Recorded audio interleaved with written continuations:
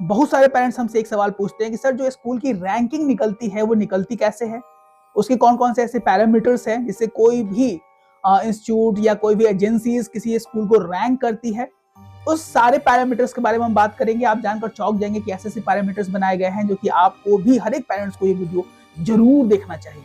अगर आपको पसंद आए या नहीं आए, प्लीज इस वीडियो को जरूर शेयर कीजिएगा जिससे बिहार के बहुत लोगों तक ये वीडियो जाए, उनको ये मालूम चले कि कैसे होता है बिहार के अच्छे विद्यालयों की रैंकिंग, कौन कौन से पैरामीटर्स है। सारे वीडियो लंबा होगा। यहाँ नमस्कार पटना। आज हम बहुत इंपॉर्टेंट मुद्दे पर बात करने वाले हैं, बहुत इंपॉर्टेंट टॉपिक पर बात करने वाले हैं।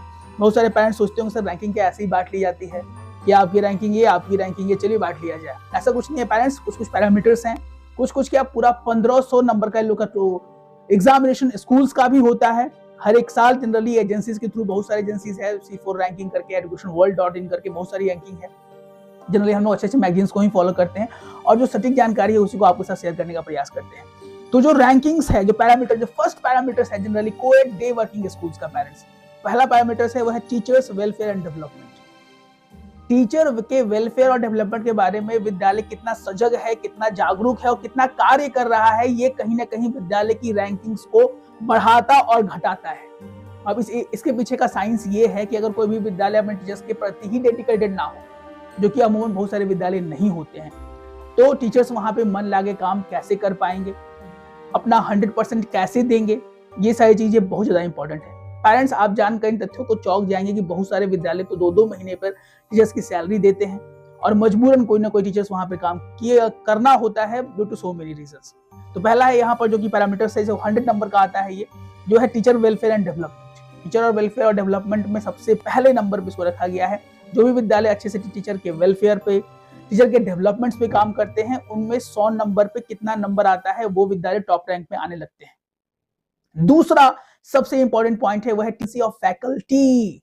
कितना कॉम्पिटेंट है हमारा फैकल्टी मेंबर। अगर जिस विद्यालय के टीचर्स ही कॉम्पिटेंट ना हो, योग्य ना हो, तो वो बच्चों को, हमारे बच्चों को क्या शिक्षा दे पाएंगे। कुछ ऐसे विद्यालय भी हैं जिनका हम नाम नहीं लेना चाहेंगे पेरेंट्स, कम सैलरी देने के चक्कर में ऐसे टीचर्स को भी रखे जाते हैं जहां पर या परसुइंग बीएड है वो, या वो बीएड कर ही रहे हैं, या कहीं से काम चलाऊं करके आ गए हैं। तो ऐसे ऐसे स्कूल्स हैं जो आप समझदार वाले समझ जाएंगे क्यों झाड़ फूक कर ही और अच्छे विद्यालय की तरफ पेरेंट्स को बढ़ना चाहिए। सबसे ज्यादा नंबर किसी भी टॉपिक पर दिया गया है, जो कि रैंकिंग में हमेशा स्कूल्स को रैंक करता है, कोई विद्यालय को रैंक कराने के लिए ये सबसे इंपॉर्टेंट है, that is called competency of the faculty. विद्यालय की बिल्डिंग कितनी भी अच्छी क्यों ना हो, अगर टीचर अच्छे नहीं हो तो वहां पर एजुकेशन की क्वालिटी अच्छी नहीं हो सकती है। पेरेंट्स, सबसे ज्यादा 200 नंबर इसी पर दिया गया है। जो भी इंडिया के स्कूल्स की रैंकिंग की जाती है, सबसे ज्यादा इस पर तजव्वुद दिया जाता है, सबसे ज्यादा इस पर ध्यान दिया जाता है। तीसरे नंबर पे है वो है academic reputation of the school. Reputation बनाना और बिगाड़ना एक दिन का खेल नहीं, समय लगता है। धीरे धीरे सने से नहीं कोई किसी विद्यालय का रेपुटेशन बनता है और इस पे 100 मार्क्स रखा गया है। अगर आपका विद्यालय रेपुटेड है, अच्छे से आपका विद्यालय कार्य कर रहा है, आपकी कार्यशैली अच्छी है, तो लगभग सभी लोगों को धीरे धीरे आपके विद्यालय की कार्यशैली के बारे में पता चलने लगता है। इसलिए इसको 3rd नंबर रखा गया है कि विद्यालय का रेपुटेशन क्या है, उसकी वर्किंग क्या है। अमूमन बहुत सारे स्कूल जो है वो टॉप रैंक में पिछले साल बहुत सारे स्कूल आए थे, तो 4 साल 3 साल पहले की मैं बात कर रहा हूं, लेकिन आज वो स्कूल 10 से भी नीचे हैं, टॉप 10 वाले स्कूल से भी नीचे हैं, 13 में है, 14 में है, 15 वाले रैंक पर है, due to its academic reputation. अगर आपका रेपुटेशन, किसी विद्यालय का रेपुटेशन अगर बिगड़ता है तो कहीं ना कहीं उनकी रैंकिंग भी बिगड़ती है। जो एकेडमिक रेपुटेशन को मेंटेन रखते हैं पेरेंट्स, वैसे विद्यालय हमेशा रैंकिंग में टॉप पे आते हैं और कंसिस्टेंट उनकी रैंकिंग रहती है। ऐसे नहीं कि आज टॉप पर है और साल 10वें से चले जाए, 3, 4, 4, 5, ये हो सकता है कि रैंकिंग 2 से 3 पे, 3 से 4 पे चली जाए, लेकिन ऐसा कतई नहीं होगा कि आपकी रैंकिंग 2 है और एक ही बार आपकी रैंकिंग 10 से नीचे चली जाए।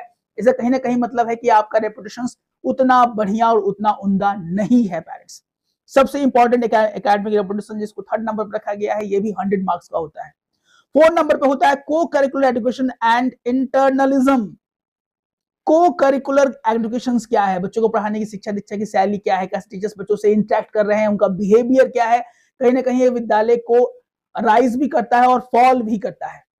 तो ये जो विद्यालय का अच्छा है उनकी रैंकिंग अच्छी है। तो ऐसा आप कतई ना सोचिए कि रैंकिंग ऐसे ही बांट ली जाती है, उसके पहले प्रॉपर एग्जामिनेशन है, ये पैरामीटर्स को आज हम लोग डील कर रहे हैं। बहुत से पेरेंट्स हमसे ये सवाल पूछते भी थे कि सर क्या रैंकिंग ऐसे ही दे दी जाती है, ऐसे ही ले ली जाती है। हरगिज नहीं पेरेंट्स, रैंकिंग देने का एक पैरामीटर्स है, लगभग 14-15 पैरामीटर्स है। उस पर हम आज चर्चा करने वाले हैं।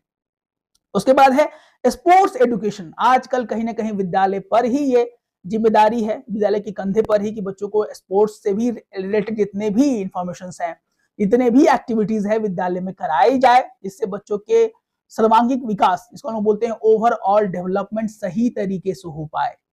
जो विद्यालय स्पोर्ट्स के इंस्ट्रूमेंट तो रखे हैं लेकिन कराते नहीं है, वैसे विद्यालय की रैंकिंग हमेशा नीचे ही रहती है।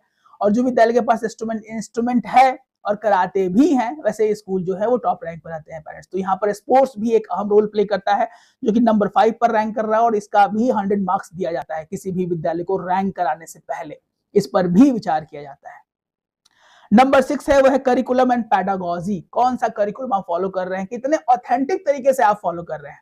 सिर्फ करिकुलम को फॉलो करना ही काफी नहीं होता है, करिकुलम को सही तरीके से, सही रूल और रेगुलेशन से कर पाना, वो विद्यालय के रैंकिंग्स को डिनोट करता है। और पैडागॉजिंग टीचिंग स्टाइल, अब पहले के जमाने का टीचिंग स्टाइल अगर आज हम लगाना लगे तो बच्चे को जो सीखने की शैली है वो कहीं ना कहीं कम हो जाएगी। पेरेंट्स, हम ये कतई नहीं बोलते हैं कि पहले के जमाने की शैली गड़बड़ थी, ऐसा नहीं है, लेकिन समय के अनुसार जो चीजें चेंज हो रही है, सॉफ्टवेयर चेंज हो रहे हैं, जो टेक्नोलॉजी और टीचिंग मेथड्स भी चेंज हो रहे हैं, और जो मेथोडोलॉजी आजकल यूज किया जाता है वो पहले के जमाने से ज्यादा कारगर सिद्ध हो सकता है अगर टीचर कॉम्पिटेंट हो।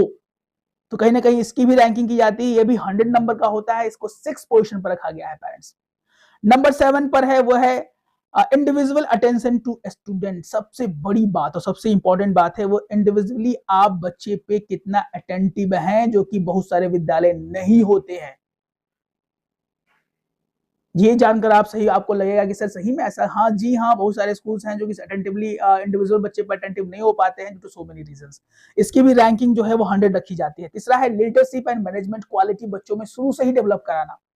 जो बच्चे स्ट्रांग है उनको तो कोई पढ़ा देगा, लेकिन जो वीक बच्चे हैं, जो थोड़े ग्रोइंग वाले बच्चे हैं, उन पर विद्यालय का नजर होना चाहिए, उस पर मैनेजमेंट की नजर होनी चाहिए, और उस पे बच्चों में वो क्वालिटी को डेवलप करना कहीं ना कहीं विद्यालय की जिम्मेदारी हो बन जाती है। आजकल सबसे ज्यादा जिम्मेदारी विद्यालयों पर है, तो इसीलिए लीडरशिप मैनेजमेंट क्वालिटीज पे 100 नंबर रखा गया है। उसके बाद पेरेंटल इन्वॉल्वमेंट, जो कि नंबर 9 पर यहाँ पर रैंक कर रहा है, वो सबसे बड़ी मुद्दा है, यहाँ पर सबसे बड़ी बात है।